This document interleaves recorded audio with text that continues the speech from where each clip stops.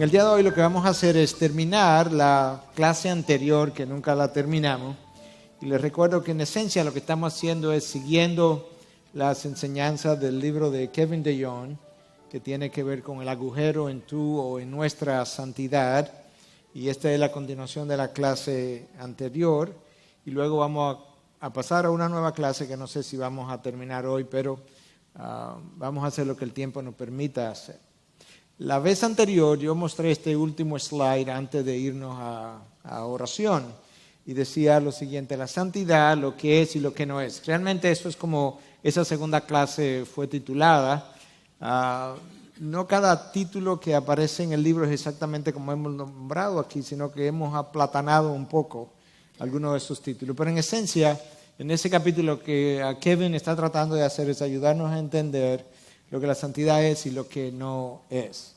Y una de las cosas que estuvimos viendo es que la santidad no es activismo. Yo puedo estar muy involucrado en la iglesia, con tantos ministerios en el que participo que no tengo ni siquiera tiempo para estar con Dios o estudiar su palabra. De manera que el estar muy involucrado y sentirme incluso gozoso en el involucramiento por todo lo que hago no implica que yo estoy llevando una vida de santidad necesariamente. Y por otro lado, tampoco es simplemente ejercicios espirituales. Yo creo que nosotros podemos hacer eso. Los fariseos son los mejores ejemplos en la Biblia de cómo yo puedo hacer todo el ejercicio espiritual. Yo puedo leer la palabra, memorizar la palabra, recitar la palabra.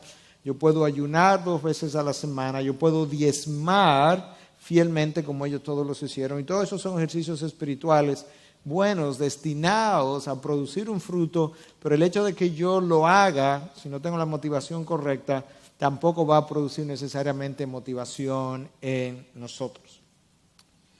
Hay una pregunta que yo creo que es muy buena y que el autor de este libro hace, y él la hace de 2 maneras. Esta es la primera forma como él lo hace. ¿Puedo dar yo gracias a Dios por esto? Cuando yo tenga cuestionamiento acerca si esto es algo bueno o malo, que quizás no es la mejor terminología, pero ¿es esto santo? Una de las preguntas que yo pudiera hacerme, no la única, pero es una pregunta que me ayuda a mí a determinar dónde yo estoy o dónde está esto. ¿Puedo yo dar gracias a Dios por esto? Y entonces la segunda pregunta relacionada a la misma es la siguiente. Me pregunto, dice el autor, si después de la mayoría de nuestros entretenimientos podemos sinceramente arrodillarnos y decir, gracias Dios por este buen regalo. Pensemos un poquito en eso. Por cuántas cosas en las que yo participo, entretenimientos o no, yo pudiera, con una conciencia descargada, arrodillarme y decir, gracias Dios por este regalo que tú me acabas de dar. Y yo creo que esa sola pregunta también nos va a ayudar a seguir desempacando un poco cómo luce la santidad y cómo no. Porque aquello por lo que yo no pueda genuinamente darle gracias a Dios como un regalo, una provisión de Él, probablemente no lo puedo hacer porque no se conforma a su carácter. Y si no se conforma a su carácter, pues no puede ser parte de la santidad de Dios, y si no es parte de la santidad de Dios, no puede ser parte de nuestra santidad, porque lo que estamos viendo es la santidad de Dios en personas ordinarias. ¿Cómo baja eso del carácter de Dios al carácter nuestro? De manera que llévese esa pregunta y haga el ejercicio de manera frecuente. La santidad luce como obediencia a los mandatos. Entonces el autor dice lo siguiente: suena muy espiritual decir que Dios está interesado en una relación y no en reglas, solo que no es bíblico. La Biblia está llena de mandatos de arriba a abajo y no están destinados a arruinar nuestra relación con Dios, sino a protegerla, a sellarla, a definirla. Él no está diciendo con esto que Dios no está interesado en una relación. Básicamente lo que él está diciendo es que si lo dejamos así, la afirmación está desbalanceada con relación a todo el consejo de Dios. La Biblia habla de una relación y el Espíritu de Dios que mora en mí, que me da esa relación, pero en la misma ecuación, la palabra de Dios también nos habla de una serie de mandatos que me ayudan a mí a vivir una vida de santidad cuando mi carne no siente obedecer. Cuando cantamos el domingo la canción de Tú quitas y tú das, y decía, cuando duela obedecer. Sí, cuando duela obedecer, cuando mi carne no quiera obedecer, cuando mi carne no se sienta motivada a obedecer. La ley de Dios sirve para recordarme lo que necesito hacer y lo que es apropiado conforme al carácter de Dios. Entonces, junto con eso, dentro de ese capítulo de lo que es y lo que no es la santidad, debemos ver cuál es el rol de mi conciencia en cultivar esa santidad y en ayudarme a llevarla a cabo. Nosotros sabemos que Dios dotó al hombre de algo que no dotó a los animales, y es de una habilidad interna que llamamos conciencia, que nos permite discernir hasta cierto punto lo que es bueno y lo que es malo. Romanos 2 habla de eso. Al mismo tiempo, nosotros sabemos que Dios ha impreso en esa conciencia una parte de su ley. De hecho, muchos entienden que la ley de los 10 mandamientos, Dios la imprimió en el corazón del hombre, de todos los hombres, de manera universal. Y cuando tú revisas la Biblia, tiene que ser así si Dios es justo, y es porque tú encuentras a Dios juzgando a los hombres por los pecados prohibidos en los 10 mandamientos antes de que los 10 mandamientos se hubiesen dado. Tú encuentras a Dios juzgando a Caín por haber matado a su hermano Abel. Ese es el mandamiento número 6. Tú encuentras a Dios juzgando a Abraham por haber mentido. No mentirás. Mandamiento número 8. Tú encuentras a Abimelech recibiendo una visión de parte de Dios para que no cometiera adulterio con Sara, la esposa de Abraham, mandamiento número 7. De manera que la única manera que nosotros podemos pensar que Dios estaba haciendo eso es porque Dios entiende que Él ha impreso la ley natural, la ley moral, representada, resumida en los 10 mandamientos, en la conciencia del hombre. Entonces, esa conciencia tiene un rol, y queremos hablar un poquito, no tenemos mucho tiempo para extendernos, pero aquellos de ustedes que tomaron el curso de Integridad y Sabiduría, tenemos toda una clase que habla acerca del rol de la conciencia precisamente, y tratamos de definirla mejor. Pero aquí solamente queremos decir algunas cosas. Número 1, yo puedo tener una conciencia limpia. Escuche a Pablo escribiendo a los Corintios en la segunda carta, capítulo 1, versículo 12. Porque nuestra satisfacción es esta, el testimonio de nuestra conciencia, que en la santidad y en la sinceridad que viene de Dios, no en sabiduría carnal, sino en la gracia de Dios, nos hemos conducido en el mundo y en especialmente hacia vosotros. Pablo dice, yo tengo una conciencia limpia porque mi conciencia me recuerda, y ahora él se lo está recordando a ella, que yo he caminado en santidad, que en santidad y en sinceridad, que viene de Dios, me he conducido delante de ustedes. Es muy bueno poder caminar con una conciencia aligerada. Ahora Pablo también habla en otro pasaje de que aunque él tiene la conciencia descargada, que es posible que al final, cuando todas sus obras sean evaluadas, ahí es donde él va a encontrar si realmente cuánto él hizo bien o cuánto no hizo bien. Pero que en cuanto a su autoexamen, él encontraba su conciencia limpia, descargada. Eso es un enorme testimonio para alguien que vive en una naturaleza caída como la nuestra. Pero la palabra habla de que podemos tener esa conciencia limpia.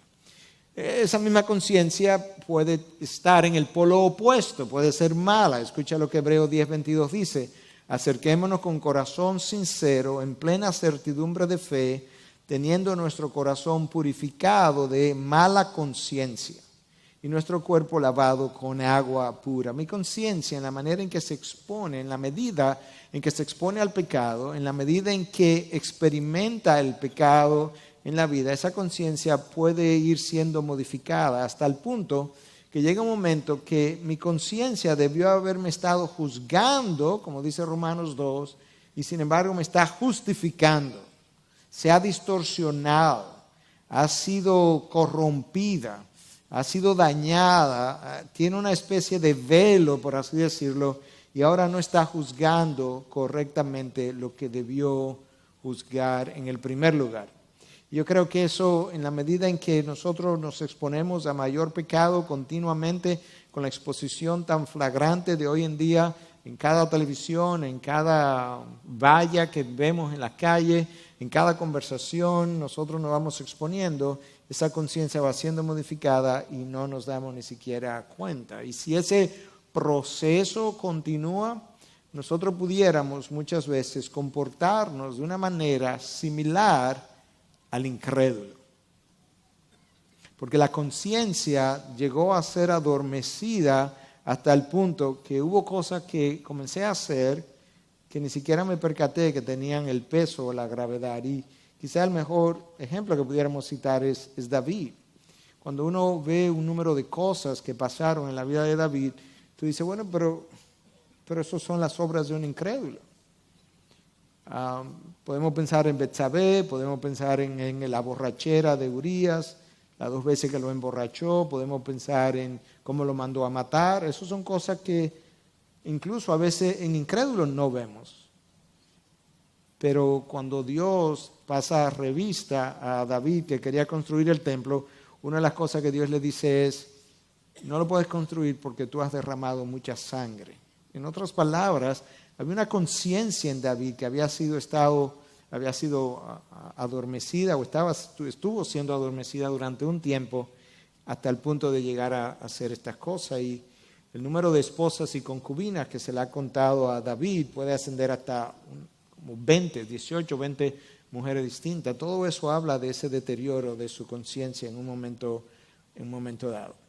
La conciencia pudiera estar cauterizada, como es el caso de los incrédulos o quizá el caso de algunos creyentes que llegaron a exponerse terriblemente al pecado y terminaron ahí. 1 Timoteo 4:2, mediante la hipocresía de mentirosos que tienen cauterizada la conciencia, prohibiendo casarse y mandando abstenerse de alimentos que Dios ha creado para que con acción de gracia participen de ellos los que creen y que han conocido la verdad. Esto es una referencia más bien a incrédulos, con una conciencia cauterizada, alguien que no conoce el Espíritu de Dios, no conoce la ley de Dios, no conoce a Dios y por tanto su conciencia todavía está bajo ese velo. No sé si hablamos en una clase anterior que mi conciencia se activa en el momento en que yo quiero pecar y comienza a decirme de una manera más o menos, dependiendo del caso, sutil, no lo hagas, no lo hagas, no lo hagas, no lo hagas. Pero una vez yo decido hacerlo, ese es el momento más débil de la conciencia y por eso lo hago. Y mientras permanezco haciéndolo, la conciencia está en un punto débil porque no está produciendo suficiente convicción. La conciencia es obviamente usada por el Espíritu de Dios, pero no está produciendo suficiente convicción para yo parar. Pero después entonces de pecar, la conciencia es como reactivada y alcanza su mayor acción, por así decirlo, trabajo, y entonces comienzo a sentirme acusado. No debiste haberlo dicho, no debiste haberlo hecho. ¿Qué fue lo que hiciste? ¿Por qué repetiste eso? ¿Por qué transgrediste la ley? Y tú ves esa conciencia como pasar de un nivel a otro en una misma acción, en horas o en días, como dependiendo de cómo sea el caso. Algunos de ustedes nos han oído o han leído o han escuchado sermones, clases acerca de la conciencia débil, el hermano de conciencia débil, y por consiguiente, si hay un hermano de conciencia débil, debe haber un hermano de conciencia fuerte. Entonces, en el rol que la conciencia juega en mi santidad, yo necesito entender un poquito también la relación de ese hermano de conciencia débil. Se entiende que el hermano de conciencia débil es aquel hermano que todavía no ha alcanzado madurez suficiente en la fe, no tiene suficiente conocimiento y que todavía está luchando con ciertas cosas que pudiera yo hacerlo caer si no estoy consciente de la debilidad de su conciencia y practico algunas cosas en su presencia o de las cuales él está consciente y él no teniendo quizá la fortaleza de carácter o no teniendo el tiempo en la vida cristiana que quizás tú u otros tienen, o no teniendo el conocimiento de Dios, lo llevo a pecar y Dios tiene algunas cosas que decirnos. Entonces yo voy a leer básicamente este pasaje y luego un comentario. 1 Corintios 8, del 7 al 12. Sin embargo, no todos tienen este conocimiento. Aquí el asunto era que habían hermanos en la iglesia de Corinto que creían que no debían comer carne sacrificada a los ídolos. Y otros hermanos decían, eso no tiene ningún problema. Y Pablo entonces está razonando con ellos acerca de qué debieran hacer los hermanos de conciencia fuerte ante los hermanos de conciencia débil. Entonces esto es lo que Pablo dice. Sin embargo, no todos tienen ese conocimiento. El conocimiento de que la carne sacrificada a los ídolos no es un problema, sino que algunos, estando acostumbrados al ídolo hasta ahora, comen alimento como si éste fuera sacrificado a un ídolo. Y su conciencia, siendo débil, se mancha. Pero la comida no nos recomendará a Dios, pues ni somos menos si no comemos, ni somos más si comemos. O sea, la carne es, como diría en inglés, inconsequential, no tiene ninguna repercusión. Mas tener cuidado, no sea que esta vuestra libertad de alguna manera se convierta en piedra de tropiezo para el débil. Porque si alguno te ve a ti que tienes conocimiento sentado a la mesa en un templo de ídolos, ¿no será estimulada su conciencia, si él es débil, a comer lo sacrificado a los ídolos? Y por tu conocimiento se perderá el que es débil, el hermano por quien Cristo murió. Y así, escucha esta amonestación, y así al pecar contra los hermanos y herir su conciencia cuando ésta es débil, pecáis contra Cristo. De manera que es una observación importante. Al final, la conclusión, yo tengo que tener en cuenta al hermano de conciencia débil. Pero yo tengo también que recordar que cuando yo peco contra el hermano de conciencia débil, yo estoy directamente pecando contra Cristo, que fue quien compró a ese hermano, quien pagó por sus pecados y a quien yo ahora estoy haciendo pecar. Y Pablo repite ese argumento en más de una ocasión.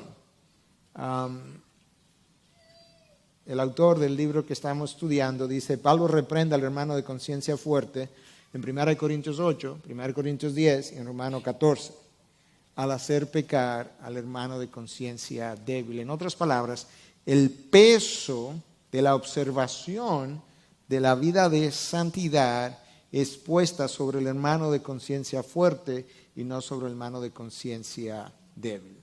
Y en ese contexto Pablo decía, si yo estoy en esa situación, si es necesario, y no comeré carne jamás, con la idea de que mi hermano de conciencia débil no peque. Eso nos da a nosotros una idea también, ese simple concepto, de que la santificación es por niveles. Yo no tengo el mismo grado de santificación en el año 1 de aceptar al Señor que en el año 5, que en el año 20. Hay cosas hoy en día, 30 años después de haber comenzado a caminar con el Señor, hay cosas hoy en día que yo las pienso y mi cara casi quiere hacer de esta manera, que hace 25 años atrás no me producían esa reacción. Porque nosotros vamos conociendo más a la persona de Dios y en la medida que me voy acercando a esa misma medida, entonces yo puedo ver mejor el pecado y muchas veces, estando más santificado, yo veo más pecado en mí. No porque yo me he vuelto más pecaminoso, sino porque mientras más cerca estoy de la luz, más yo veo el sucio. Si yo tengo esta mano, como hemos dicho en otras ocasiones, en la penumbra y la miro, quizá no veo mucho sucio. Pero en la medida en que yo la acerco a mis ojos y en la medida en que yo la ilumino con una fuente de luz poderosa, en esa misma medida yo puedo ver mucho más sucio. De manera que alguien como Pablo pudiera decir al final de sus días, no, yo soy el peor de los pecadores. Tú ves más pecado en ti que lo que veías anteriormente, a pesar de que hay menos pecado en tu vida que lo que anteriormente existía, por la cercanía que tienes ahora al Señor. Y de esa misma manera tú estarías más dado a reaccionar. Y con eso terminamos entonces la segunda sesión de esta clase que hemos titulado no tanto el agujero en tu santidad, aunque ese es el tema de este libro y que estamos siguiendo, pero cómo luce la vida de santidad en personas ordinarias, la santidad de Dios que Él está tratando de formar en nosotros. Entonces, el próximo capítulo de este libro tiene que ver con el rol de la ley en la santificación. Es interesante, como habíamos mencionado en la primera clase, que en la historia de la iglesia las cosas se dan como de manera pendular. Y durante un tiempo, en los últimos años, pues se ha estado haciendo mucho énfasis en lo que es el rol del evangelio, en lo que es nuestra vida de santificación y de perdón y demás. Y ahora hay también un poco de un movimiento tratando de traer el péndulo hacia el medio, hablando de la vida de santificación per se. Y de hecho hay varios ministerios internacionales importantes que han comenzado a hacer seminarios acerca de la santificación para ayudarnos a entender el rol de uno y el rol del otro, porque son cosas sumamente importantes. Y voy a comenzar con un video de 3 minutos y medio, como he estado haciendo en cada clase hasta ahora. No sé si la gente de atrás está en lista. Es un video de un panel donde están participando, solamente va a hablar una persona, pero donde está participando R.C. Sproul, Moeller, Sinclair Ferguson, y no recuerdo la otra persona. Y entonces la pregunta durante este panel, todo tenía que ver con el rol de la ley en la santificación del individuo o en la vida cristiana. Y entonces en este momento está R.C. Sproul respondiendo. Yo quiero comenzar con el video para luego entonces nosotros poder continuar con la clase. Si me pueden dar, excelente. Now, with respect to the second part, how that relates to the Old Testament, I don't think anybody said. No creo que nadie lo haya dicho mejor que Calvino con su triple uso de la ley. El primer uso de la ley es el de revelar el carácter de Dios. En la medida en que la ley revela el carácter de Dios, funciona como un espejo para nosotros. Como dijo Calvino, aún los hombres santos en los días antiguos, siempre que mantuvieran su mirada horizontal, atadas a este mundo, pueden pensar en sí mismos como semidioses y halagarse a sí mismos por sus grandes logros. Pero una vez alzan su mirada al cielo y ven qué tipo de ser es Dios, entonces se estremecerían en terror al ser despertados por su pecaminosidad. Y es así que al mirar al espejo de la ley, es el espejo más profundo que muestra cada defecto y desviación en toda mi vida. Y eso no es solo inicialmente. La segunda parte del primer uso de la ley es su uso pedagógico, donde la ley se convierte en nuestro ayo que nos lleva a Cristo. Una vez la ley revela nuestro pecado, nos hace huir en busca de refugio, de descanso, de redención al Evangelio. Es por eso que predicamos la ley y el Evangelio, porque la ley nos lleva al Evangelio. El segundo uso que nos da es el de restringir. Aunque Pablo habla de que la ley es un incentivo para el pecado en algunas personas, que lo único que necesitas hacer para que pequen más es decirle que algo no está permitido, sin embargo, a la misma vez la ley divina sí ejerce cierta restricción sobre nosotros. El tercer uso de la ley es la función revelatoria de la ley. Y esto es algo que no entendería porque algunos cristianos discutirían en contra de esto. La ley revela aquello en lo que Dios se complace. El salmista dice, «Oh, cuánto amo tu ley». Y ese salmista que exclama, «Oh, cuánto amo tu ley», es un hombre que es justificado por la fe.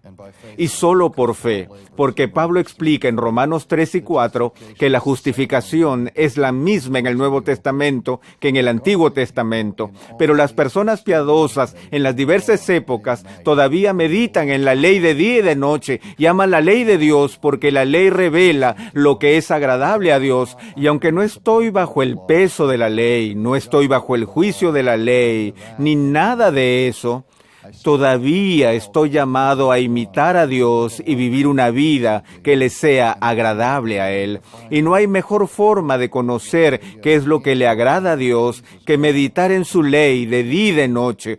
Por eso, la ley del Antiguo Testamento tiene un profundo valor en la vida del cristiano.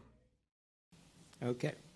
Con eso iniciamos entonces el rol de la ley en la santificación. En esencia, lo que Sproul presentaba de los tres usos de la ley, la mayoría de los reformadores estuvieron de acuerdo en que la ley tenía por lo menos dos usos.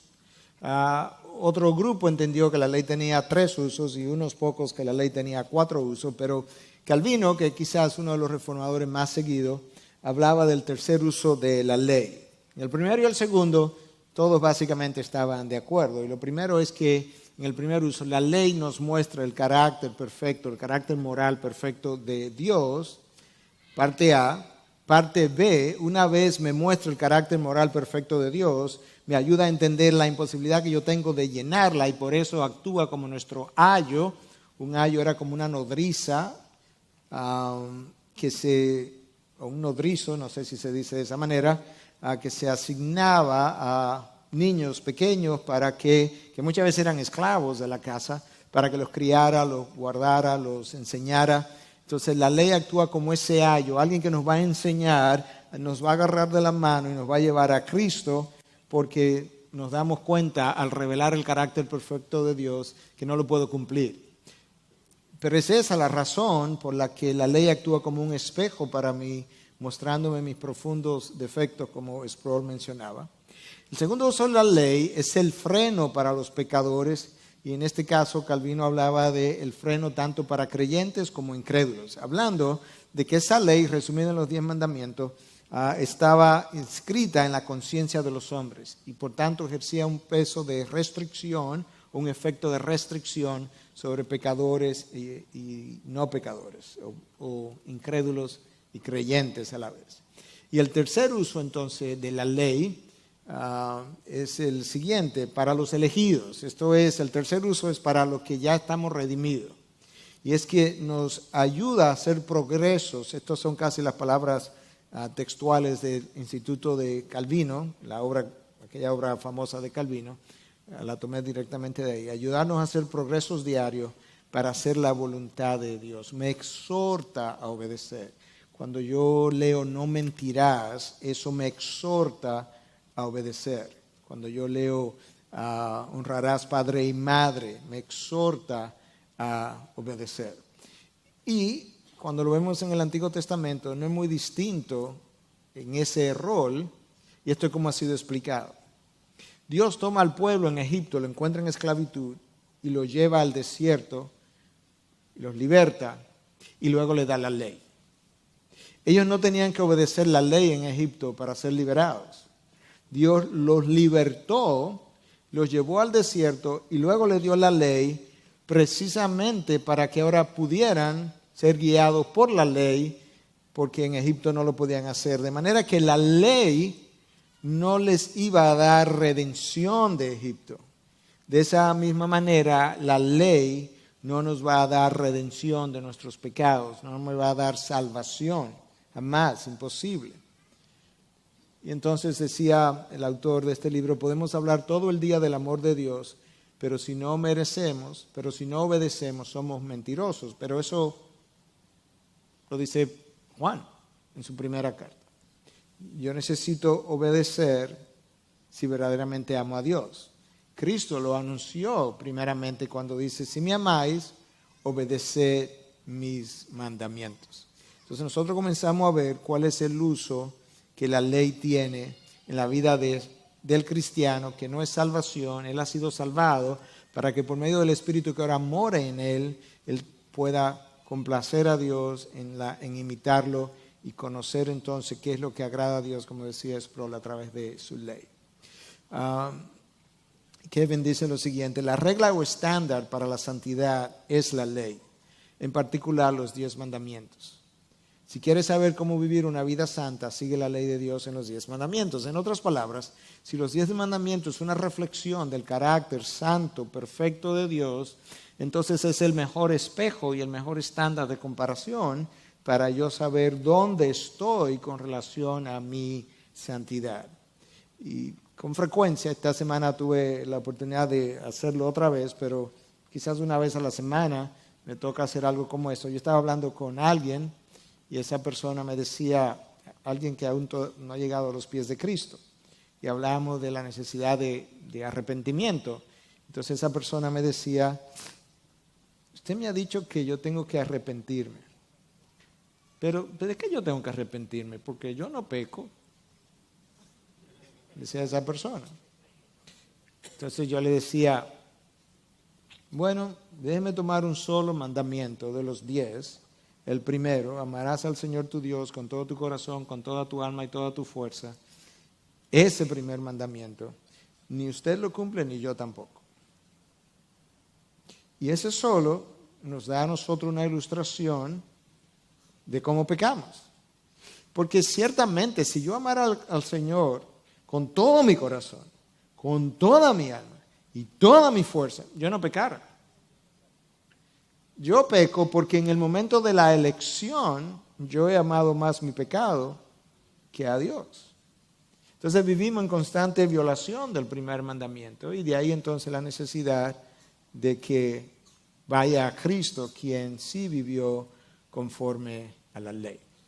Entonces, para entender un poco mejor cuál es ese rol, ¿verdad?, que conceptualmente me he estado definiendo, el autor acude a un par de conceptos que ya lo cubrimos, pero que él lo revisa en más de una ocasión y que yo creo que es bueno hacerlo porque la repetición es la madre de la enseñanza, por así decirlo. Y es revisar cuál es el rol de los imperativos. En esencia, la Biblia está escrita con imperativos e indicativos. Entonces, los indicativos son aquellas cosas que Dios hace por nosotros, antes de nosotros incluso pensar en hacerla. Mi salvación es una. Y los imperativos son aquellas cosas que Dios me pide que yo haga sobre todo después que soy salvo, después que Él ha puesto su espíritu en mí, que me ha abierto los ojos del entendimiento. Entonces, pudiéramos usar un pasaje, un versículo de la Biblia, uno solo, para ver dónde están el indicativo y dónde está el imperativo. Aquí está. Primera de Pedro 2:9, la parte del indicativo. Vosotros sois linaje escogido. Yo no hice eso, a mí me escogieron. Real sacerdocio, nación santa, pueblo adquirido. Yo no me adquirí a mí mismo, yo fui adquirido para posesión de Dios. Eso es lo que Dios ha hecho. Eso es el indicativo. Una vez yo entiendo el indicativo es mi motivación para la obediencia. De tal manera que cada vez que Dios me da un imperativo, Él ha provisto para mí previamente lo que Él ha hecho, y eso debiera constituirse entonces en la motivación para mi obediencia. Entonces aquí está el imperativo en ese mismo versículo. A fin de que anunciéis, eso me toca a mí, las virtudes de aquel que os llamó de las tinieblas a su luz admirable. En varias ocasiones me ha tocado enseñar o predicar sobre este pasaje. Una de las cosas que digo es que cuando yo leo la primera parte, yo entiendo lo que yo soy ya. La segunda parte me dice lo que yo debo hacer, pero si yo no lo hago, no es porque yo tengo que llegar a hacer eso, ya yo lo soy. Yo soy parte de un linaje escogido, yo soy real sacerdote, yo soy parte de una nación santa. Dios me está diciendo, compórtate como lo que eres. Entonces yo necesito hacer eso. Pero la motivación para yo proclamar las virtudes de aquel que me llamó de las tinieblas a su luz es precisamente que Dios me compró, es precisamente que Dios me hizo un sacerdote real, es que Dios me hizo parte de una nación santa, y yo debiera, en agradecimiento incluso, debiera responder de una manera que sea congruente con lo que ya yo soy. Frecuentemente, los indicativos están relacionados a la gracia y al evangelio, todo lo que Dios hace. Y los imperativos están relacionados a la ley. No mentirás, no cometerás adulterio, Honrarás padre y madre. Esos son imperativos, todos ellos. No codiciarás la posesión del otro. Todos esos son imperativos, tienen que ver con su ley. Ahora, la manera como los puritanos definieron la ley y la gracia es la mejor explicación que yo haya leído, y la leí como en el año 96 en un libro que escribió Michael Horton que se llamaba Made in America, Hecho en América, y él comenta en ese libro acerca de la visión de los puritanos acerca de lo que era la gracia y la ley. En vez de verlo, y de hecho muchos reformados lo abrazaron de esa manera también, en vez de ver la gracia y la ley como Antiguo Testamento y Nuevo Testamento, ellos entendían que en el Antiguo Testamento había gracia y ley, y en el Nuevo Testamento hay gracia y ley. Entonces la forma como lo terminaron resumiendo es esta. El Evangelio o la gracia es todo lo que bendice, consuela, perdona, olvida. Dios perdona y olvida. Entonces, en ese sentido, eso es gracia. No importa si tú lo encuentras en el Antiguo Testamento o lo encuentras en el Nuevo Testamento. Y la ley es todo lo que trae convicción, corrección, lo que restringe, lo que disciplina y aún lo que condena. Si tú lo encuentras en el Antiguo Testamento, eso es ley, y si tú lo encuentras en el Nuevo Testamento, eso es ley. Yo creo que es una buena manera de nosotros poder entender cuando se nos habla de la ley de Dios, ¿a qué parte del consejo de Dios se está refiriendo? A aquello que me corrige, a aquello que me disciplina, a aquello que me da convicción. ¿Y a qué parte del consejo de Dios se está refiriendo frecuentemente cuando hablamos de la gracia? Es aquello que bendice, consuela, perdona, etcétera, etcétera. La razón para verlo así y siempre pensar que esto es parte de un mismo todo es que la ley representa parte del carácter de Dios, o el carácter de Dios, y la gracia es uno de los atributos del carácter de Dios. De manera que esas condiciones siempre van a permanecer con nosotros, porque si forman parte del carácter de Dios, el carácter de Dios nunca va a ser borrado, eliminado o debilitado. Ahora, nosotros necesitamos pensar un poquito a lo largo de varios pasajes de las Escrituras en el Nuevo Testamento para ver algunas cosas que pudieran parecer contradictorias, pero que no lo son. Y es una de las cosas que nosotros tenemos que llegar a entender, que cuando uno lee la palabra de Dios, si hay pasajes que yo leo de manera individual, separado del resto, y luego leo otro y lo separo también del resto, yo pudiera pensar que esos pasajes están en contraposición, cuando en realidad tienen una explicación. Y vamos a ver algunos de eso con relación a si estoy o no bajo la ley o si tengo obligación con la ley. Romanos 6:14. Porque el pecado no tendrá dominio sobre vosotros, pues no estáis bajo la ley, sino bajo la gracia. Okay, si yo tomo ese pasaje solo, yo me quedo con la impresión de que yo no tengo ninguna obligación con la ley. Lo que el pasaje está tratando de decirme, como lo vamos a ver un poquito más adelante, es, claro que yo no estoy bajo la ley, yo no estoy bajo la condenación de la ley. Romanos 8:1, no hay condenación para aquellos que están en Cristo Jesús. Pero yo todavía estoy obligado a cumplir la ley, que es otra expresión más de la voluntad de Dios.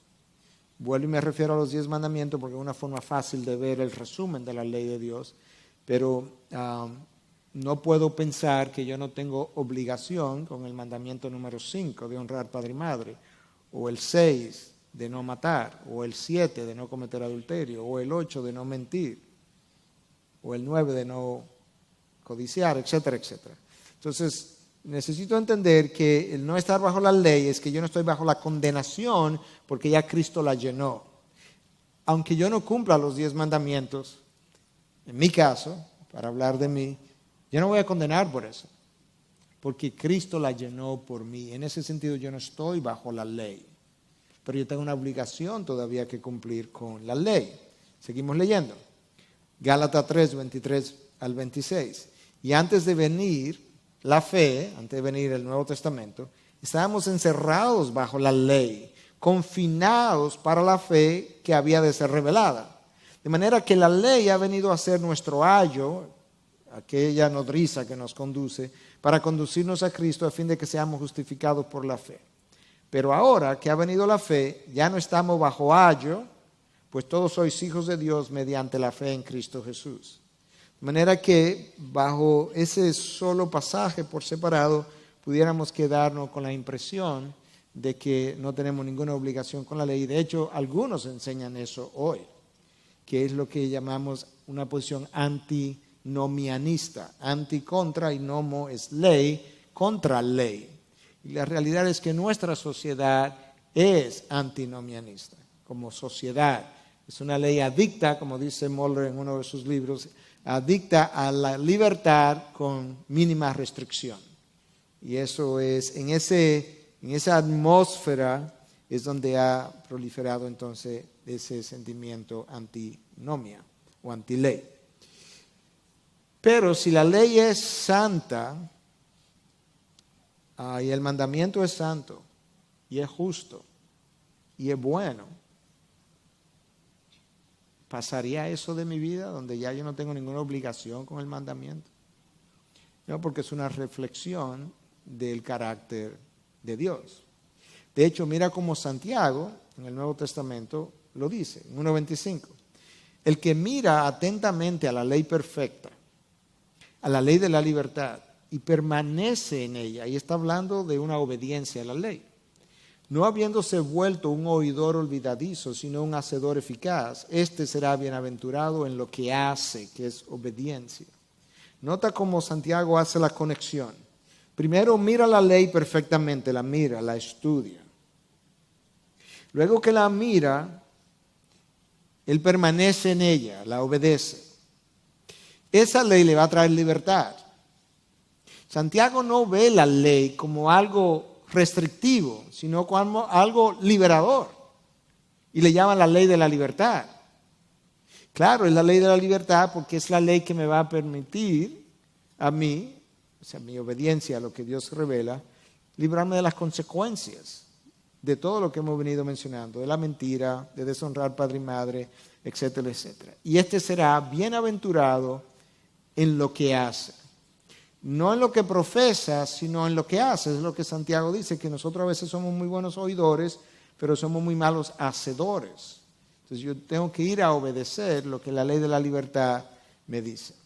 Cuando los ingenieros construyen un edificio como este o cualquier otro, ellos están obligados a observar una serie de leyes físicas, comenzando con la ley de la gravedad. Eso es lo que la observación o seguimiento a esas leyes son las que hoy nos permiten estar en este salón sin columnas en el medio. Nos dieron la libertad de no tener columna. Pero para yo tener la libertad de no tener columnas en el medio, yo necesito observar las leyes que permiten que esto funcione de esa manera. De esa misma forma, entonces, Santiago mira mi vida y dice, y mira la ley de Dios. Dice, esta es la ley de la libertad. Si la observa, eres bienaventurado en lo que hace. Te va a librar de todas las consecuencias que la violación de la misma te trae. Seguimos viendo a Santiago. Santiago 2.8. Si en verdad cumplís la ley real, conforme a las Escrituras, esto es lo que va a pasar. Amarás a tu prójimo como a ti mismo. Y bien hacéis. Una vez más, está hablando de obediencia. Si cumplís la ley, lo cual me dice a mí que yo tengo una obligación con la ley todavía, que resulta en cosas que Cristo afirmó. Los 2 mandamientos, que resumen todo, es amarás al Señor tu Dios con todo tu corazón, toda tu alma y toda tu fuerza, y a tu prójimo como a ti mismo. Y una de las funciones entonces de esa ley, yo hablaba con alguien ahorita ahí atrás, antes de comenzar la clase, hablamos un poquito de eso. Yo le decía, cuando tú tienes un hijo de 15 años, tú le dices, no puedes manejar. El hijo te dice, ¿por qué no? Porque tú manejas. Eso fue como alguien que, voy a hacer un paréntesis ahora, este domingo pasado o el anterior me dijo, un niño de aquí de la iglesia, creo que no tenía más de 10, 12 años, me dice, pastor, uno de los mandamientos dice, no matarás, pero Dios mandó a Moisés a que matara a muchísima gente. Y entonces, yo le dije, ve donde el pastor que te explique. No.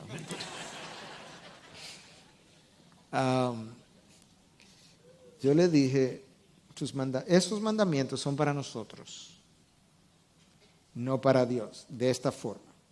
Entonces le di el mismo ejemplo que usé esta tarde o en la tardecita antes de comenzar. A esta edad, si tú le dices a tu papá que va a manejar, él te va a decir, no puedes manejar. Si tú le dices a tu papá, pero tú manejas. O sea, ¿cómo es que tú me prohíbes una cosa que tú haces? Sí, pero tú tienes 12 años y tú no estás listo para montarte en un carro. No tienes la madurez para manejar el carro. Tienes la libertad de manejar sin que te ocurra un accidente. Yo tengo 40 años, 35, la edad que fuera.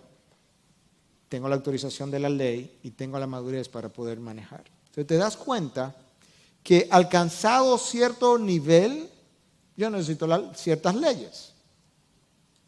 Entonces reflexionaba con esa persona hoy y le decía, yo creo que por eso es que cuando tú lees a Gálatas 5, 22, 23, te da los dones del Espíritu y te dice que son amor, gozo, paz, y termina con dominio propio. ¿Qué es lo que sigue después de eso? Contra tales cosas no hay ley. Si yo realmente tuviera amor incondicional, dominio propio, absoluto, paz, gozo, bondad, benevolencia, todo lo que está ahí, yo necesito la ley. Pero en lo que eso llega, entonces yo seguía razonando con esta persona ahorita, le decía, imagínate que yo diga, yo no me siento con deseo de ir a enseñar esta noche, me voy a quedar aquí en la casa. Yo tengo que ir porque yo tengo una obligación que cumplir. Y entonces esa obligación me estimula, me exhorta y me estimula y me empuja a que vaya. En lo que los deseos de mi carne acaban de bajar en intensidad, yo necesito la ley de Dios con frecuencia que me recuerda, no hagas esto, no hagas aquello, haz esto, cumple aquello. Y sirve entonces como ese espejo. 1 Corintios 9, 20 y 21. A los judíos me hice como judío para ganar a los judíos. A los que están bajo la ley, como bajo la ley, esos son los judíos. Aunque yo no estoy bajo la ley. Para ganar a los que están bajo la ley. A los que están sin ley, como sin ley. El gentil que no tenía la ley de Dios, escrita por lo menos. Aunque no estoy sin la ley de Dios. Ahí está Palora recogiendo parte de cuidado si me malentienden. Aunque no estoy sin la ley de Dios. Sino bajo la ley de Cristo. Hay una ley de Cristo a la que Pablo se somete. Entonces, ¿cuál es la ley de Cristo? Bueno, hay diferentes opiniones, pero una de ellas es la ley del amor. Sí, pero la ley del amor me lleva a amar a Dios con todo mi corazón, con toda mi alma, con toda mi fuerza, y al prójimo como a mí mismo, y entonces ahora yo vuelvo y termino en los 10 mandamientos. Primero de todo, amarás al Señor tu Dios con toda tu alma, con toda tu mente, toda tu fuerza. Y en lo que tú aprendes a amar a tu prójimo como a ti mismo, yo quiero recordarte que no codiciarás lo que él tiene, que no le robarás, que no le mentirás, que no adulterarás, que honrarás padre y madre. En lo que tú aprendes a amar al prójimo como a ti. ¿Te das cuenta de la interrelación de esas dos enseñanzas? Entonces, rápidamente, a manera de recordatorio, primer uso de la ley, convicción de pecado para llevarnos a Cristo, pero me convence de pecado, es la parte B del primer uso. La parte A es que me revela el carácter perfecto moral de Dios, y entonces, wow, parte B, sal corriendo para Cristo, y ahí yo necesito su evangelio, su gracia. Segundo uso de la ley, entonces, es la restricción de pecado, tanto en el creyente como en el incrédulo. Tercer uso de la ley es la exhortación que me hace a yo hacer progresos diarios y me sirve, como decía un autor, de blueprint, de modelo para la santidad. Entonces yo puedo verla y decir, ok, eso es lo que yo necesito hacer, yo tengo que conformarme a eso. Entonces Kevin decía en su libro, dice, no hay nada subcristiano en hablar acerca de la obediencia a los mandamientos de Dios. No hay nada anti-evangelio al exhortar a cumplir los imperativos de las Escrituras. No hay nada antigracia acerca de las demandas divinas. Es justamente lo contrario. De hecho, hay gracia en la ley. Lo que él está tratando de ayudarnos a entender es que estas dos cosas no están divorciadas, no representan como un polo y otro polo sin conexión, sino que estas cosas representan un continuo, conectadas, ambas, produciendo un balance.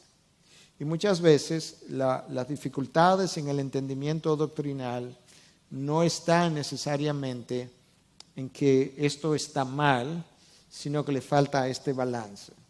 Por ejemplo, Cristo vino lleno de gracia y de verdad. Su verdad nunca fue disociada de la gracia. Cuando nosotros hablamos en ocasiones, y esta comparación se ha hecho en múltiples debates, pero como que gracias a Dios últimamente he comenzado a leer y en ocasiones a escuchar una relación que yo entendía que era de esa manera, y es cuando hacemos una contraposición de qué está por encima de qué, si la verdad o el amor. No estamos hablando del amor humano ahora, porque si hablamos de la verdad, estamos hablando de una parte del carácter de Dios. Y si hablamos de la verdad, del amor, estamos hablando de otra parte del atributo de Dios. De manera que en la palabra de Dios, el amor de Dios y la verdad de Dios no existen en contraposición. Ellos existen en un continuo, formando parte de su carácter, de manera que cuando Dios ama, Él nunca deja de ser veraz, y cuando Dios es veraz, Él nunca deja de ser amor. Dios ama a través de su verdad, y dice su verdad a través de su amor. De manera que nosotros necesitamos ver ese balance continuamente en la palabra de Dios. La ley del amor, como le han llamado algunos, y el amor de la ley. Romanos 3:10 dice, el amor es el cumplimiento de la ley. Si amas a tu prójimo, va a honrar padre y madre, no le va a mentir, no va a codiciar. El amor es el cumplimiento de la ley. Y el salmista, eso sería el amor de la ley, o la ley del amor. Y el amor a la ley es lo que el salmista dice en el Salmo 119:97, cuánto amo tu ley. Entonces este es otro comentario del autor. El problema está en asumir que las buenas obras fluirán de nada más que no sea un énfasis diligente en el Evangelio. Él no está diciendo que el Evangelio no nos empuja a las buenas obras, pero que el problema está en el desbalance cuando pensamos que eso solo nos va a producir un fluir de buenas obras, cuando yo todavía tengo una naturaleza pecadora con la cual batallo y que necesita ser recordada, exhortada y detenida muchas veces. Muchos predicadores no saben qué hacer y tienen miedo de hablar directamente acerca de la obediencia. Él continúa, el mundo cree que ser homofóbico es un problema. Un problema mayor es ser no homofóbico, o sea, tener fobia a la ley. Porque la ley produce, o el alejamiento de la ley produce libertinaje. Y en ese sentido él dice, yo encuentro que hay un problema mayor en ser no homofóbico que en ser homofóbico. Esto es una buena ilustración para luego ver el pasaje. La Biblia no tiene problemas con la palabra por tanto. Esto es lo que Dios ha hecho. Por tanto, haz tú. Eso es lo que Pablo hace magistralmente en Romanos, capítulo 1, capítulo 11.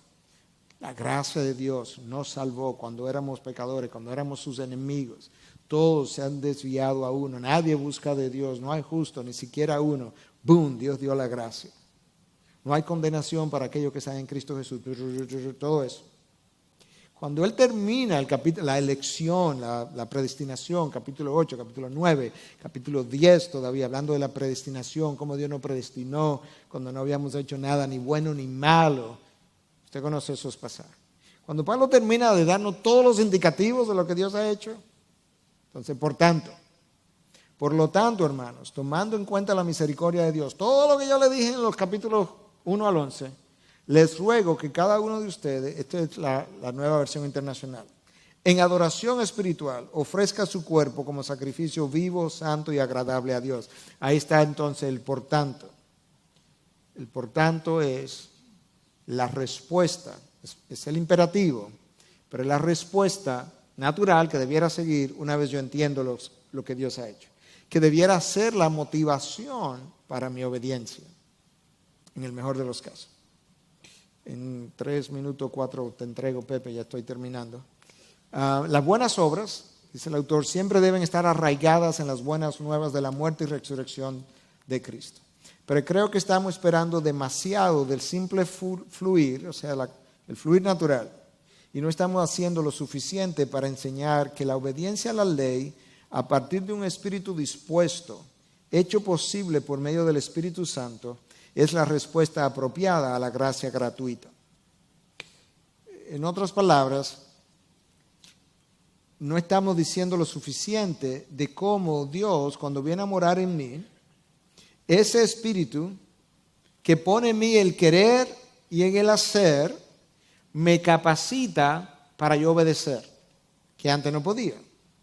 Entonces no estamos enseñando lo suficiente para nosotros ayudar al creyente a entender que hay muchas cosas que Dios ha hecho, incluyendo el darte el Espíritu en el interior, con lo cual Él te está capacitando para obedecer. Y no pensar que simplemente las cosas van a pasar por ósmosis o esperando.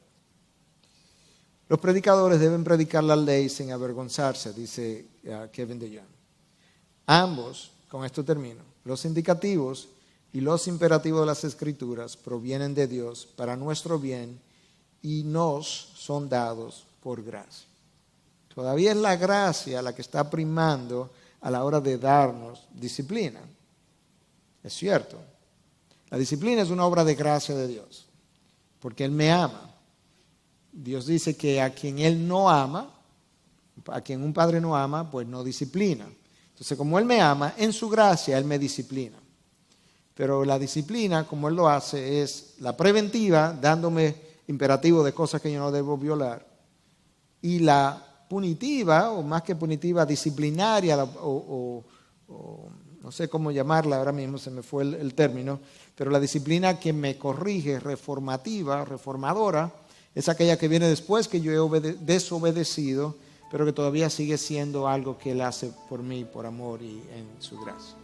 Entonces eso es como un resumen de cuál es el rol de la ley que nos fue dada en el Antiguo Testamento, que ya no es salvación, sino que en el día de hoy asume otro rol.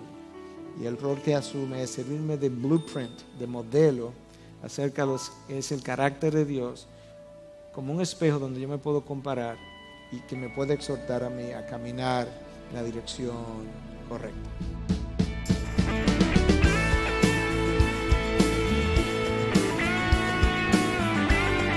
Esta es una producción que llega hasta ustedes gracias a los aportes de individuos y empresas comprometidos con la defensa de la fe.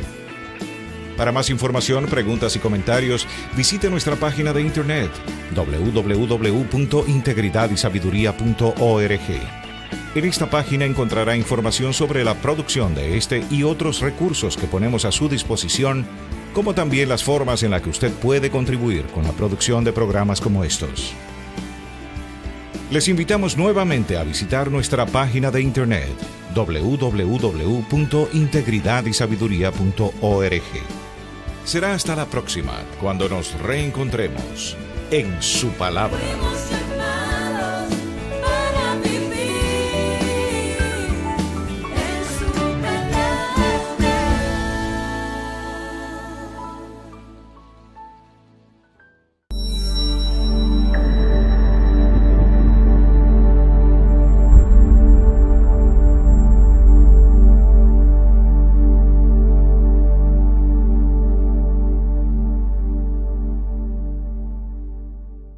Con Sara, la esposa de Abraham, mandamiento número 7. De manera que la única manera que nosotros podemos pensar que Dios estaba haciendo eso es porque Dios entiende que Él ha impreso la ley natural, la ley moral, representada, resumida en los 10 mandamientos, en la conciencia del hombre.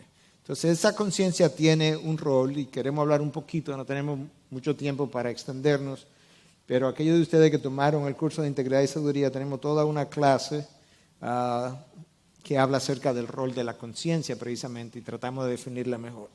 Pero aquí solamente queremos decir algunas cosas. Número 1, yo puedo tener una conciencia limpia. Escuche a Pablo escribiendo a los Corintios en la segunda carta, capítulo 1, versículo 12. Porque nuestra satisfacción es esta, el testimonio de nuestra conciencia, que en la santidad y en la sinceridad que viene de Dios, no en sabiduría carnal, sino en la gracia de Dios, nos hemos conducido en el mundo y en especialmente hacia vosotros. Pablo dice, yo tengo una conciencia limpia porque mi conciencia me recuerda, y ahora él se lo está recordando a ella, que yo he caminado en santidad, que en santidad y en sinceridad, que viene de Dios, me he conducido delante de ustedes. Es muy bueno poder caminar con una conciencia aligerada.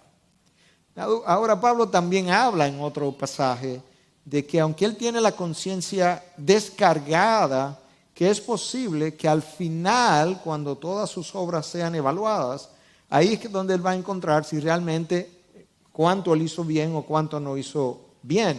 Pero que en cuanto, por todo lo que hago, no implica que yo estoy llevando una vida de santidad necesariamente. Y por otro lado, tampoco es simplemente ejercicios espirituales. Yo creo que nosotros podemos hacer eso. Los fariseos son los mejores ejemplos en la Biblia de cómo yo puedo hacer todo el ejercicio espiritual. Yo puedo leer la palabra, memorizar la palabra, recitar la palabra. Yo puedo ayunar 2 veces a la semana. Yo puedo diezmar fielmente como ellos todos los hicieron. Y todos esos son ejercicios espirituales buenos, destinados a producir un fruto, pero el hecho de que yo lo haga, si no tengo la motivación correcta, tampoco va a producir necesariamente motivación en nosotros. Hay una pregunta que yo creo que es muy buena y que el autor de este libro hace, y él la hace de 2 maneras. Esta es la primera forma como él lo hace. ¿Puedo dar yo gracias a Dios por esto? Cuando yo tenga cuestionamiento acerca si esto es algo bueno o malo, que quizás no es la mejor terminología, pero ¿es esto santo? Una de las preguntas que yo pudiera hacerme, no la única, pero es una pregunta que me ayuda a mí a determinar dónde yo estoy o dónde está esto. ¿Puedo yo dar gracias a Dios por esto? Y entonces la segunda pregunta relacionada a la misma es la siguiente. Me pregunto, dice el autor, si después de la mayoría de nuestros entretenimientos podemos sinceramente arrodillarnos y decir, gracias Dios por este buen regalo. Pensemos un poquito en eso. Por cuántas cosas en las que yo participo, entretenimientos o no, yo pudiera, con una conciencia descargada, arrodillarme y decir, gracias Dios.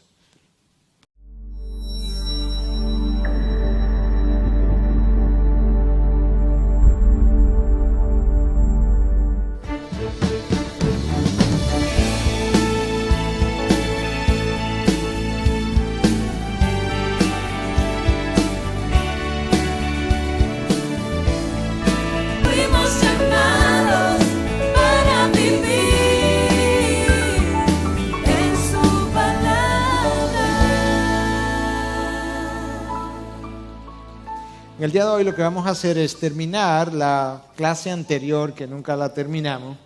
Y les recuerdo que en esencia lo que estamos haciendo es siguiendo las enseñanzas del libro de Kevin DeYoung, que tiene que ver con el agujero en tu o en nuestra santidad. Y esta es la continuación de la clase anterior. Y luego vamos a pasar a una nueva clase que no sé si vamos a terminar hoy, pero vamos a hacer lo que el tiempo nos permita hacer. La vez anterior yo mostré este último slide antes de irnos a oración y decía lo siguiente, la santidad, lo que es y lo que no es. Realmente eso es como esa segunda clase fue titulada. No cada título que aparece en el libro es exactamente como hemos nombrado aquí, sino que hemos aplatanado un poco algunos de esos títulos. Pero en esencia, en ese capítulo que Kevin está tratando de hacer es ayudarnos a entender lo que la santidad es y lo que no es. Y una de las cosas que estuvimos viendo es que la santidad no es activismo.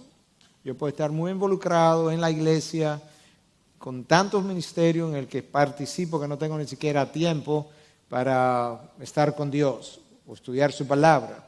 De manera que el estar muy involucrado y sentirme incluso gozoso en el involucramiento el domingo la canción de Tú quitas y tú das y decía, cuando duela obedecer. Sí, cuando duela obedecer, cuando mi carne no quiera obedecer, cuando mi carne no se sienta motivada a obedecer. La ley de Dios sirve para recordarme lo que necesito hacer y lo que es apropiado conforme al carácter de Dios. Entonces, junto con eso, dentro de ese capítulo de lo que es y lo que no es la santidad, debemos ver cuál es el rol de mi conciencia en cultivar esa santidad y en ayudarme a llevarla a cabo. Nosotros sabemos que Dios dotó al hombre de algo que no dotó a los animales y es de una habilidad interna que llamamos conciencia, que nos permite discernir hasta cierto punto lo que es bueno y lo que es malo. Romanos 2 habla de eso. Al mismo tiempo, nosotros sabemos que Dios ha impreso en esa conciencia una parte de su ley. De hecho, muchos entienden que la ley de los 10 mandamientos, Dios la imprimió en el corazón del hombre, de todos los hombres, de manera universal. Y cuando tú revisas la Biblia, tiene que ser así si Dios es justo. Y es porque tú encuentras a Dios juzgando a los hombres por los pecados prohibidos en los 10 mandamientos antes de que los 10 mandamientos se hubiesen dado. Tú encuentras a Dios juzgando a Caín por haber matado a su hermano Abel. Ese es el mandamiento número 6. Tú encuentras a Dios juzgando a Abraham por haber mentido. No mentirás. Mandamiento número 8. Tú encuentras a Abimelech recibiendo una visión de parte de Dios para que no cometiera adulterio por este regalo que tú me acabas de dar. Y yo creo que esa sola pregunta también nos va a ayudar a seguir desempacando un poco cómo luce la santidad y cómo no. Porque aquello por lo que yo no pueda genuinamente darle gracias a Dios como un regalo, una provisión de Él, probablemente no lo puedo hacer porque no se conforma a su carácter. Y si no se conforma a su carácter, pues no puede ser parte de la santidad de Dios. Y si no es parte de la santidad de Dios, no puede ser parte de nuestra santidad, porque lo que estamos viendo es la santidad de Dios en personas ordinarias. ¿Cómo baja eso del carácter de Dios al carácter nuestro? De manera que llévese esa pregunta y haga el ejercicio de manera frecuente. La santidad luce como obediencia a los mandatos. Entonces el autor dice lo siguiente: suena muy espiritual decir que Dios está interesado en una relación y no en reglas, solo que no es bíblico. La Biblia está llena de mandatos de arriba a abajo y no están destinados a arruinar nuestra relación con Dios, sino a protegerla, a sellarla, a definirla. Él no está diciendo con esto que Dios no está interesado en una relación. Básicamente lo que él está diciendo es que si lo dejamos así, la afirmación está desbalanceada con relación a todo el consejo de Dios. La Biblia habla de una relación y el Espíritu de Dios que mora en mí, que me da esa relación. Pero en la misma ecuación, la palabra de Dios también nos habla de una serie de mandatos que me ayudan a mí a vivir una vida de santidad cuando mi carne no siente obedecer. Cuando cantamos el